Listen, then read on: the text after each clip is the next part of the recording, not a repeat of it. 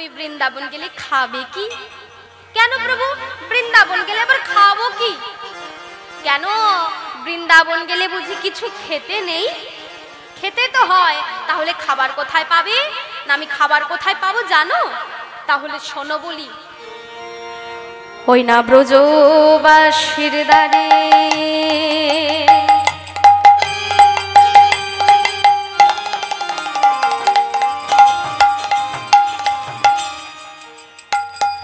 আমি মাধুপুরী করে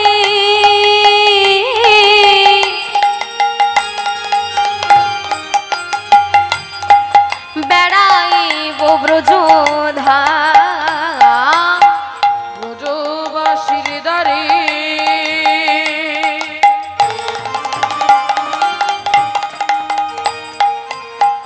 মাধুপুরী করে বেড়াইব ব্রজধাম।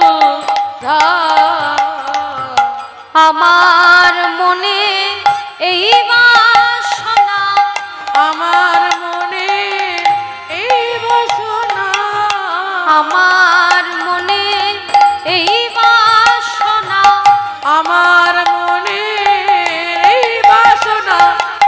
মধু করি মেঘে খাবো, আমার মনের এই বাসনা আমি মধু করি মেঘে খাবো। রাধা রাধা নাম বিলাবো, আমি মাধুপুরী মেঘে খাবো। রাধা রাধা নাম বিলাবো, মাধুপুরী নিতাই গৌর হরি বল হরি বল। মাধুপুরী মেঘে খাবো। রাধা রাধা নাম বিলাবো। আমার মনে এই বাসনা। বাহ গোবিন্দ, তোমার বাসনা উত্তম বাসনা। আমি ভগবানের কাছে জানাই তোমার বাসনা যেন পূর্ণ হয়। গোবিন্দ, তোমার বাসনা যেন পূর্ণ হয়। এমন কথা বলে প্রভু আবার এগিয়ে চলেছে, ভক্তরা আবার পিছিয়ে গেছে। বাবা, এমন সময় ভক্তরা মনে মনে চিন্তা করছে, আচ্ছা প্রভু যে আজ তাড়াতাড়ি চলে যাচ্ছে, এর পেছনেও কিন্তু একটা কারণ আছে। আমার প্রভু কিন্তু কোনো কারণ ছাড়া এক পাও অগ্রসর হন না। বাবা, নিশ্চয়ই কারণ আছে। আর কারণটা কি? না এক নতুন ভক্তকে কৃপা করবে বলে প্রভু আমার এগিয়ে এগিয়ে চলেছে। বাবা, কিছু দূর এগিয়ে গিয়ে প্রভু আমার গাছের ছাউনিতে বসেছে, আর এক গোয়ালা তার বাঁকে করে দধি দুগ্ধ ক্ষীর সর ছানা ঘোল মাখন নিয়ে বলতে বলতে চলেছে। কেউ দই নেবে গো দই, কেউ ঘোল নেবে, এমন ভাবে বলতে বলতে রাস্তা দিয়ে চলেছে। বা আর এদিকে মহাপ্রভু আমার দূর থেকে গোয়ালাকে ডাকছে, ও গোয়ালা, বলি ও গোয়ালা, এদিকে একটু শোনো। গোয়ালা আমার এক পা দু পা করে এগিয়ে আসছে, আর মনে মনে চিন্তা করছে যে সারাদিন কিছু বিক্রি টিক্রি হয়নি, যদি কিছু বিক্রি হয়, যদি কিছু পয়সা পাই, ওই পয়সাটা নিয়ে গিয়ে বাড়িতে ছেলে আছে, মেয়ে আছে, স্ত্রী আছে, তাদের মুখে অন্ন জল হলেও তো তুলে দিতে পারবো। তাই এমন কথা চিন্তা করতে করতে এগিয়ে আসছে। বাবা, এগিয়ে এসে মহাপ্রভুকে বলছে, আগে সন্ন্যাসী ঠাকুর, আপনি আমায় ডাকছেন? হ্যাঁ গো, তোমায় ডাকছি। বলি তোমার কাছে কি আছে গো? কেন? যা গোয়ালার কাছে থাকে, দধি দুগ্ধ ক্ষীর সর ছানা ঘোল মাখন। আচ্ছা, বলি আমায় এক ভাণ্ড দই দেবে? এক ভাণ্ড? মনে মনে চিন্তা করছে, আজ যে কার মুখ দেখে উঠেছি, সারাদিন এক গ্লাস কি দুই গ্লাস বিক্রি হয়, তার জায়গায় এক ভাণ্ড। যাই হোক, সব গৌর গোবিন্দের চিন্তা। এমন কথা চিন্তা করে ওই বাকের মধ্যে যে সবের বড় ভাণ্ডটা ছিল, বাবা, ওই এক ভাণ্ড দই নিয়ে গোয়ালা কি করেছে, মহাপ্রভুকে বলছে, ও সন্ন্যাসী ঠাকুর, বলি এই যে ধরুন, আপনি সেবা করুন। মহাপ্রভু আমার ওই এক ভাণ্ড দই সেবা করে খালি ভাণ্ডটা গোয়ালাকে বলছে, ও গোয়ালা, বলি তোমার ভাণ্ডটা। খালি ভাণ্ডটা ধরিয়ে দিয়েছে। বাবা, দই সেবা করে খালি ভাণ্ডটা গোয়ালার হাতে ধরিয়ে দিয়েছে। আর গোয়ালা কি করেছে, মাথাটা নিচু করে মাটিতে রেখে মাথাটা উঁচু করে দেখছে না সন্ন্যাসী ঠাকুর আর দাঁড়িয়ে নেই, বাবা চলে যাচ্ছে। মনে মনে চিন্তা করছে ব্যাপারটা কি, আমার এক ভাণ্ড দই সেবা করলো, পয়সা দিল না, চলে যাচ্ছে। এমন সময় চিৎকার করে ডাকছে, বাবা ও সন্ন্যাসী ঠাকুর, বলি ও সন্ন্যাসী ঠাকুর।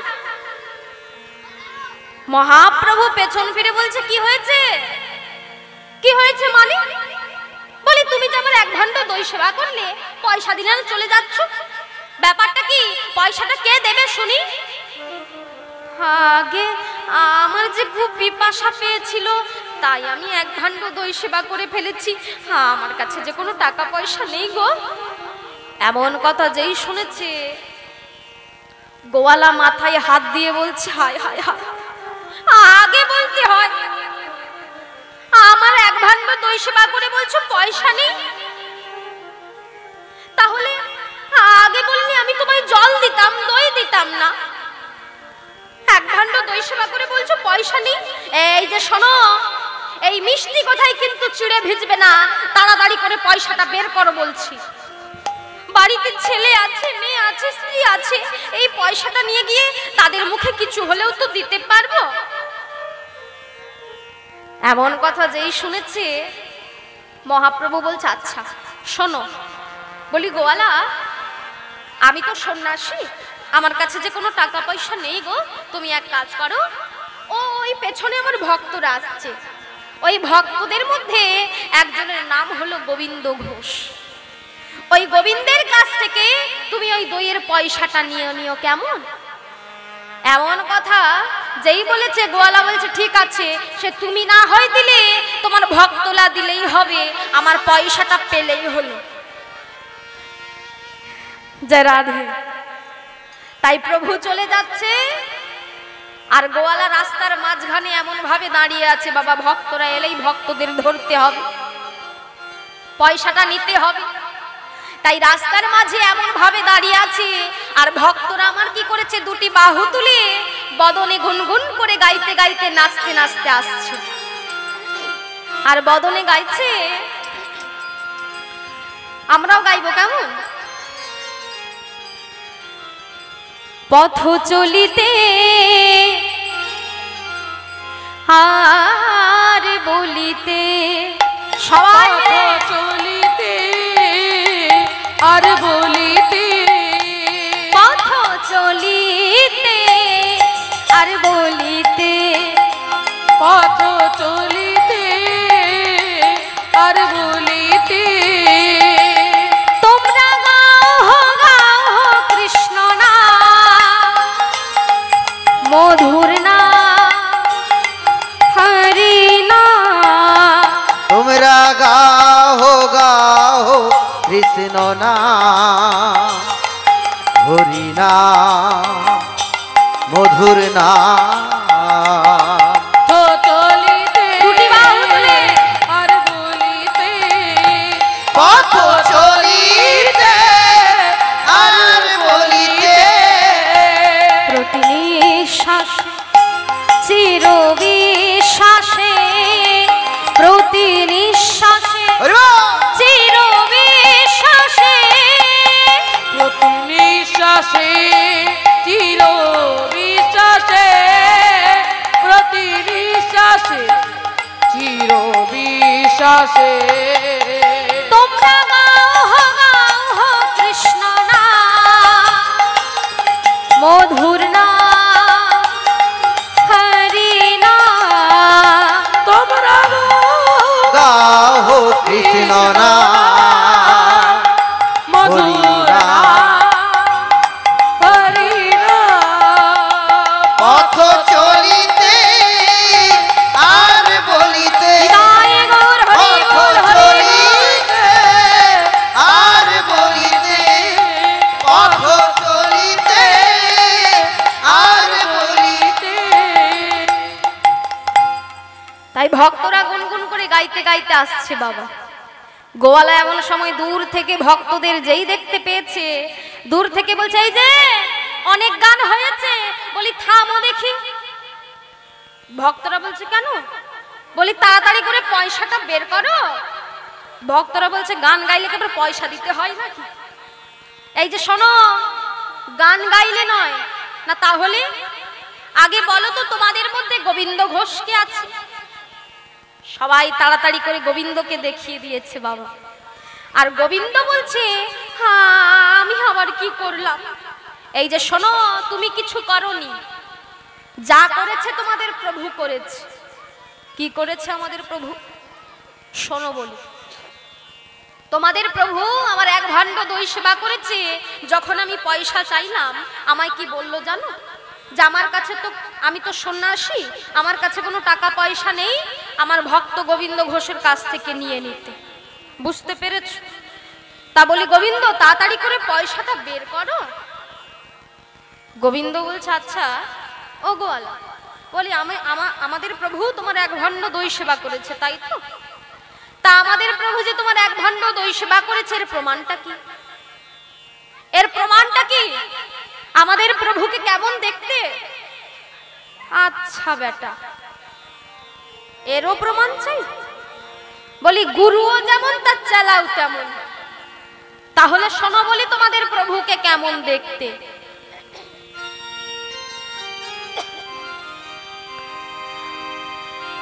ওগো নবীন যৌবন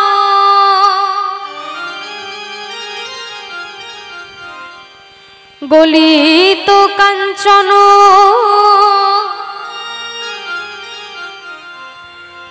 কোটি তটে রাঙাবাস রাঙাবাস। নবীন যৌবন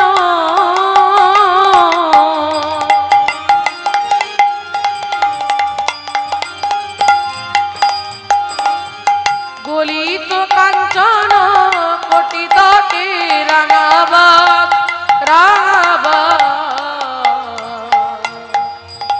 নবীন যৌবন গলিত কাঞ্চন। নবীন যৌবন মানে কি গো বাবা? ওই 24 কি 25 বছর বয়স। আর গলিত কাঞ্চন মানে, আমরা তো সোনা দেখেছি, সোনার যদি আসল রূপ দেখতে হয় আমাদের যেতে হবে সোনা দোকানে। দেখবেন সোনাটাকে যখন গলানো হয় এত চকচক করে যে চোখ ঝলসে যায়। তাই বলছে তোমাদের প্রভুর গায়ের রংটা পুরো গলানো সোনার মতো চকচক করছে। জগদানন্দ প্রভু বলছে আচ্ছা বলি 24-25 বছর বয়স তার অনেকের হতে পারে, সে যে শুধু আমাদেরই প্রভু, এর আর কি প্রমাণ আছে? বলি আরো প্রমাণ চাই। তাহলে শোনো বলি, সে যে হা কৃষ্ণ বলিয়া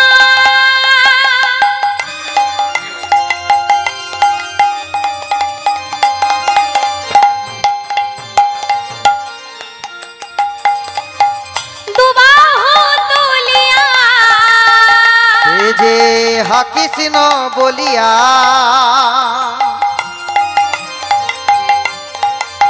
দুবাহু তুলিয়া নাচিয়া নাচিয়া যাই গো, নাচিয়া নাচিয়া যায়। সে যে হা কৃষ্ণ বলিয়া দুবাহু তুলিয়া নাচিয়া নাচিয়া যায় গো, নাচিয়া নাচিয়া যায়। বলি কাঁচা সোনা, বলি কাঁচা সোনা, কাঁচা সোনা কাঁচা সোনা দেখে মনে হলো যেন কাঁচা সোনা। দেখে মনে হলো যেন কাঁচা সোনা। আমি এমন রূপে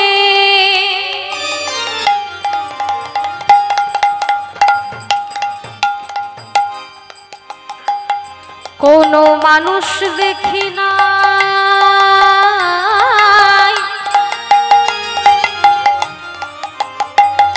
দেখে মনে হলো যেন কাঁচা সোনা।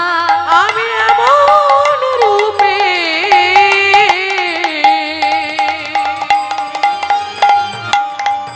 কোনো মানুষ দেখি নাই, মনে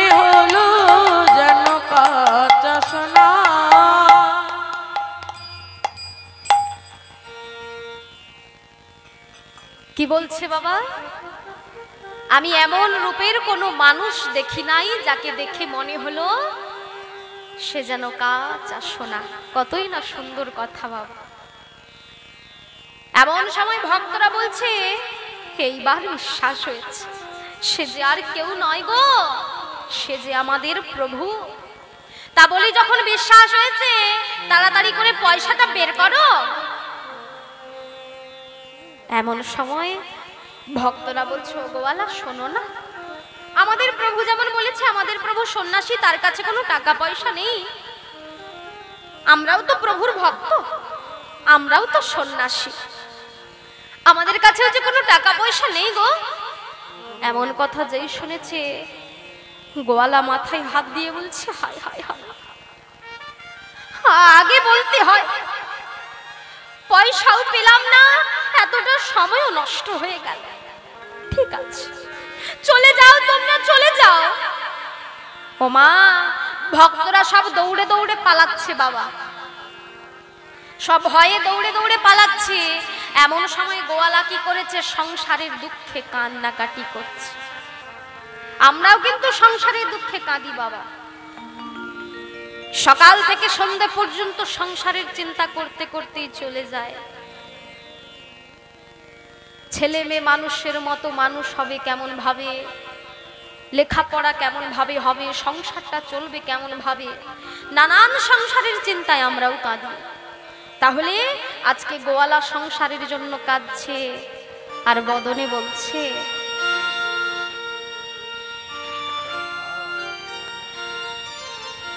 আপন আপন বলছো যারে,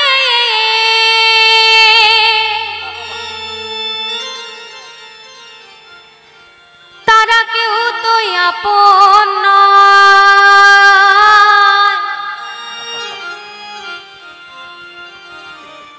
দিন ফুরালে বুঝবে তখন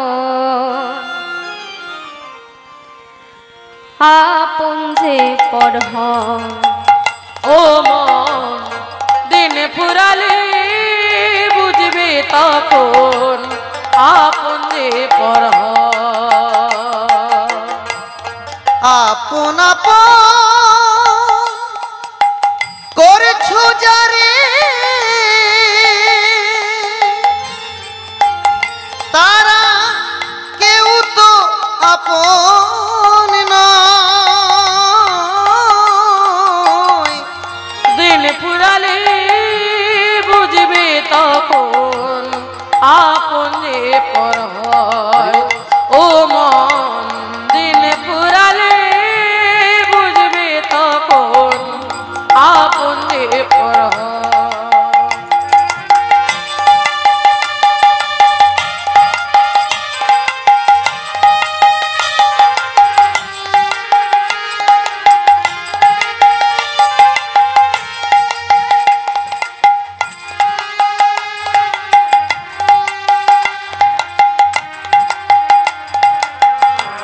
হরিবল হরিবল।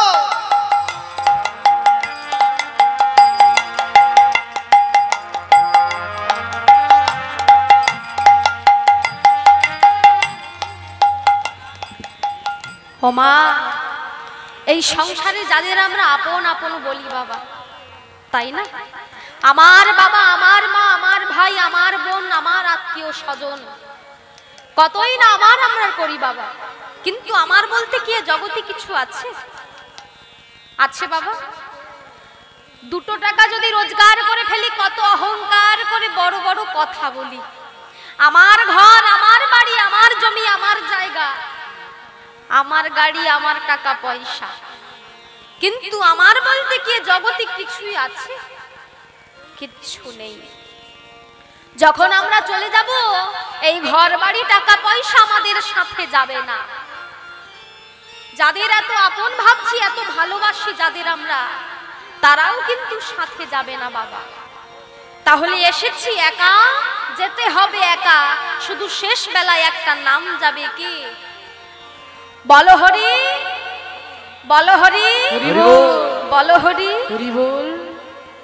এই নামটাই কিন্তু আমাদের পারির সম্বল। কিন্তু মা, এই নামটাই কিন্তু আমরা গাইতে ভুলে গেছি বাবা। কতই না সেই প্রভুকে বলেছি তোমার নাম গুণগান গাইব, কিন্তু আমরা কি গাই বাবা? গাই না। সেই গৌর হরির নাম গাইতে হবে, বদনে বলতে হবে, কারণ আমরা তো এসেছি বাবা, যাবার চিন্তা কি আমরা করেছি? করি না।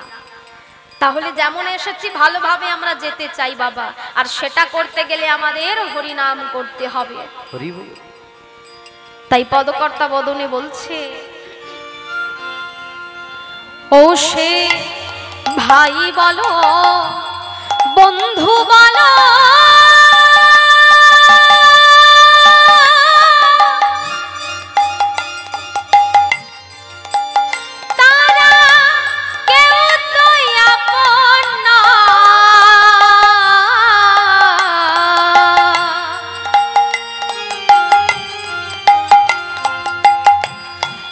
চার দিনের মেলা মেশা পথের পরিচয়।